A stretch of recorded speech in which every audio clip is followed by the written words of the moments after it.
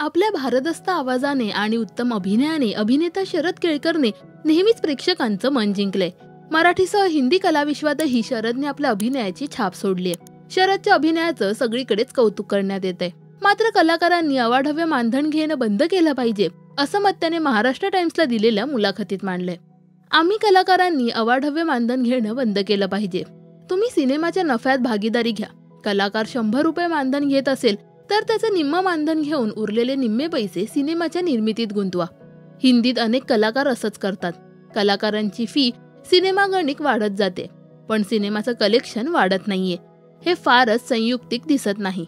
तुमचा चित्रपट सिनेमागृहात कमाई करत नाहीये तर कलाकार म्हणून तुम्ही आकारलेल्या मानधनाचं समर्थन कसं करू शकता?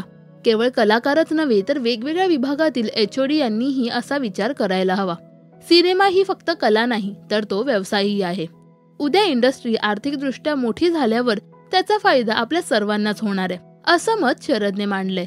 शरदची कोणती भूमिका तुम्हाला सर्वात जास्त आवडते हे आम्हाला कमेंट्समध्ये नक्की सांगा. मराठी सिनेविश्वातील बातम्या, अपडेट्स आणि गॉसिपसाठी सबस्क्राईब करा राजश्री मराठी.